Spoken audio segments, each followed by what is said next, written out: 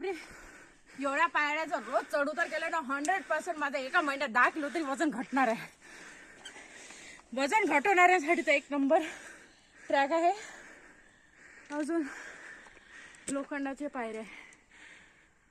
आम्ही जेव्हा आलो ना मित्रांनो, तेव्हा मी पाहिलं की एक आजीबाई बिना आधाराने खाली उतरत होत्या. ठीक आहे, वर कशा चढल्या असेल काय माहिती.